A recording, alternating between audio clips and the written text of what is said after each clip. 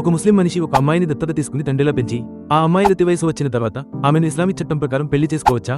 రండి ఈ ప్రశ్నకి సమాధానం వెతుకుదాం. Let them know, uncle. Let them know.